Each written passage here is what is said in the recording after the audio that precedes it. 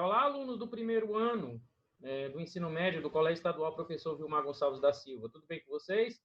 Professor Alessandro, professor de filosofia, né? Dando continuidade aí nas nossas videoaulas, né? Iremos falar agora a respeito de Platão, né? O discípulo mais próximo aí de Sócrates, né? E o filósofo, né? Que tem assim maiores pensamentos deixados aí por Sócrates, né? O inspirador de Sócrates. Então, a gente vai estar falando do Platão aí. Então, foi um dos grandes, né, dos maiores pensadores do período da filosofia grega, né, do período clássico da filosofia grega. Fundou um método ou um pensamento metafísico próprio, né, relegando a questão do ser e das essências, o princípio e a chave para se ter qualquer tipo de conhecimento acerca do mundo, né.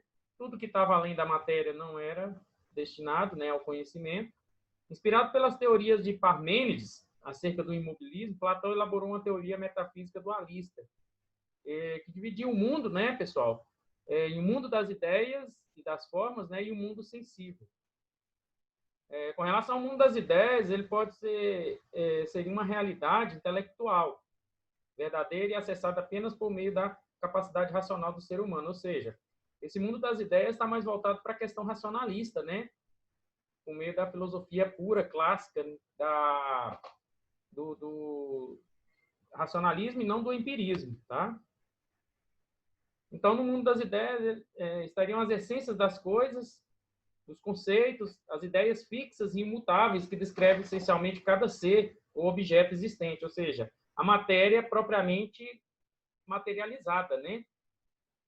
Com relação ao mundo sensível, já seria a realidade com a qual nos defrontamos em nosso cotidiano básico, acessada por meio da nossa experiência sensível. Então, eu teria, dentro desses conceitos platônicos, né, eu teria o racionalismo atrelado ao empirismo, tá?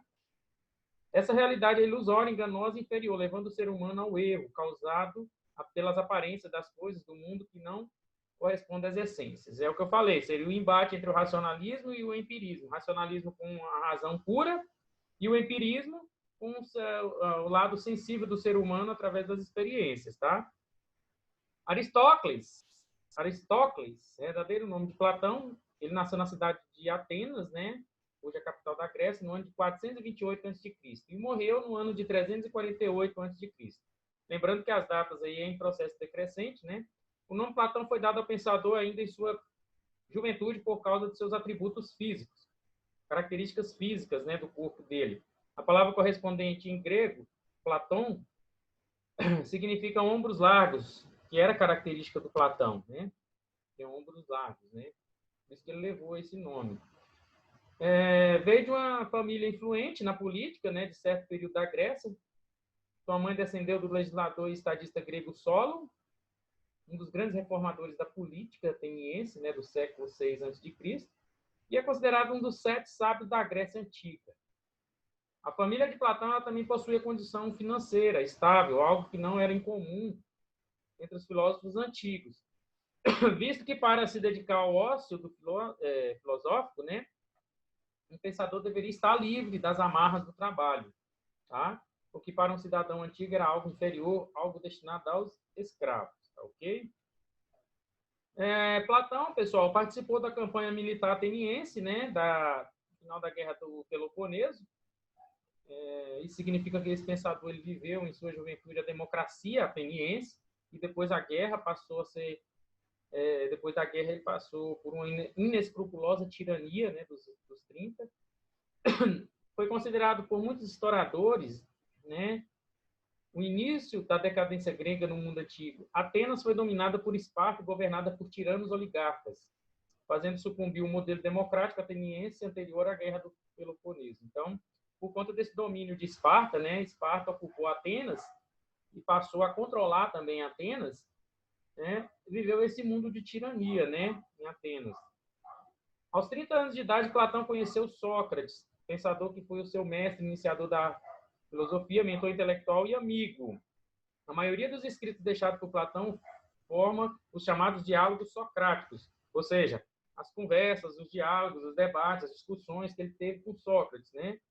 Que são narrativas com Sócrates, o personagem principal e porta-voz das ideias de Platão. Bom, pessoal, em virtude dessa escrita narrativa, né, que Platão tem a respeito de Sócrates, como personagem principal, né, os historiadores da filosofia eles relatam ainda que certa dificuldade para separar as teses que realmente foram ideias de Platão e o que foi pensado por Sócrates. Mas o que você tem certeza é que Sócrates trouxe a Platão um modo de pensar, né, que influenciou no desenvolvimento de suas principais ideias, tanto ético-políticas quanto metafísicas, epistemológicas e estéticas, né? Então, por volta do ano de 388 a.C., Platão adquiriu um terreno no interior do parque público lá, né, chamado Academia de Atenas, que, segundo a professora Olga Pombo, uma professora da, se não me falha a memória, da USP, era um lugar bucólico e calmo, onde havia túmulos e homenagens a grandes personalidades do mundo antigo. 2 templos, um dedicado ao deus Apolo e outro dedicado à deusa Artemisa, e grandes áreas de vegetação natural e jardins, além de um ginásio para a prática esportiva, que era muito importante na formação dos homens gregos, né? Então, esse pequeno lote foi onde o Platão fundou, né, a sua academia, uma espécie de escola, né, que pôde passar todos os seus ensinamentos aos discípulos, né, sobre a filosofia. Pode-se dizer que a academia de Platão teve muita influência socrática, lógico, né, isso é normal, no modo de se ensinar, de se passar os conhecimentos filosóficos adiante. A ideia era esta. A escolha de Platão pelo local foi estratégica, visto que, além dos templos e do culto dos heróis aos deuses, havia no local constantes reuniões de jovens para discutir política, música, tocar flauta e praticar lutas e exercícios físicos, né? Tudo que o Sócrates, né, pregava e determinava na época, mesmo na época que o Platão era seu discípulo, tá? Pessoal, quero agradecer a participação de todos, a atenção, tá? Estou deixando um recadinho aí. Fique em casa, só saia nessa pandemia se houver necessidade, né? Sempre que quiser também, esse vídeo ele vai estar postado lá no Sala Virtual, como também vai estar disponível no meu canal no YouTube, no Gel Cerrado, tá ok? E quem quiser acessar, é só ir em busca dessas videoaulas que todas estarão lá postadas, tá? Um forte abraço, fiquem com Deus.